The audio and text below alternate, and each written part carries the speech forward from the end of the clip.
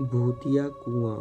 केशवपुर गांव में अधिकतर लोग खेती करने वाले ही थे। पूरे गांव में सिर्फ 2 ही कुएं थे जिनसे लोगों को पानी मिलता था। कुछ समय बाद गांव का एक कुआं पूरी तरह सूख गया। अब पूरे गांव के लोग पानी की जरूरत के लिए एक ही कुएं पर निर्भर थे। दूसरे कुएं से पानी भरते भरते लोगों को लगा कि कुएं में कोई भूत रहता है। जब गांव के किसान कुएं से पानी भरते थे तो उन्हें अजीब सी आवाज़ें सुनाई देती थी।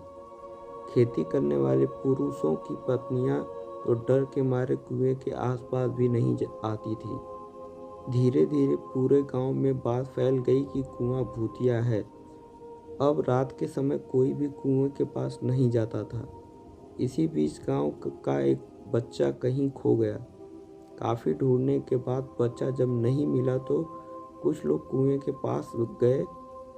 बच्चे को देखने के लिए वहाँ पहुँचे लोगों ने बच्चे को कुएं के अंदर मरा हुआ पाया। अब एक तो कुएं का पानी खराब, दूसरा बच्चा कैसे मरा, इसको लेकर गांव के सभी किसान परेशान हो गए थे।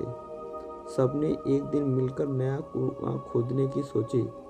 कुछ ही दिनों में कुआं सबने खोद लिया और उनमें पानी भी आने लगा। अब पूरे गांव के लोग नए कुएं से पानी भरते थे और भूतिया कुएं की तरफ जाना सबने बंद कर दिया था। बड़े लोग तो समझदार थे लेकिन इसलिए कुएं के आसपास नहीं जाते थे, लेकिन बच्चे वहां अक्सर खेलने के लिए पहुंच जाते थे। एक दिन 4-5 बच्चे भूतिया कुआं के पास खेल रहे थे। तभी एक बच्चा कुएं में गिर गया। उसके चीखने की आवाज़ सुनकर पूरे गांव वाले दौड़ते हुए भूतिया कुएं के पास पहुंचे। उन्होंने कुएं के अंदर देखा तो बच्चा मरा हुआ दिखा। सबने उस बच्चे के साथ खेल रहे दूसरे बच्चों से पूछा आखिर क्या हुआ था। बच्चों ने कहा वो खेलते खेलते पानी को देखने गया और अचानक कुएं में गिर पड़ा। इस हादसे के बाद गांव वाले ने तुरंत एक तांत्रिक को जाकर कुएं के पास बुलाया।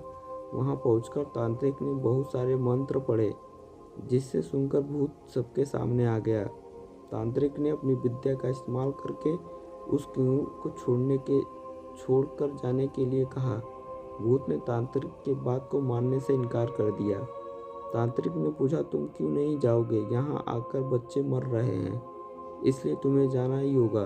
भूत ने जवाब दिया इस कुएं में सालों से मेरा पूरा खानदान रहता आ रहा है, मैं यहाँ से बिल्कुल नहीं जाऊँगा। इतना कहकर भूत कुएं के अंदर चला गया। अब तांत्रिक ने गांव के लोगों से कहा इस कुएं का मुंह को ढक दो, ऐसा करने से किसी तरह के हादसे नहीं होंगे। ये सुनते ही गांव के मुखिया ने तुरंत काम शुरू करवा दिया।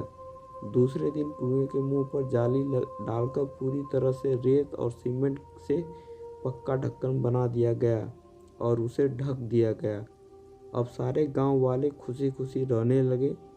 उस दिन के बाद गांव में कोई ऐसी दुर्घटना नहीं हुई और भूतिया कुएं के डर से लोग मुक्त हो गए। कहानी से सीख, किसी भी परेशानी में हार नहीं माननी चाहिए। किसी न किसी तरीके से उस परेशानी से बाहर निकला जा सकता है।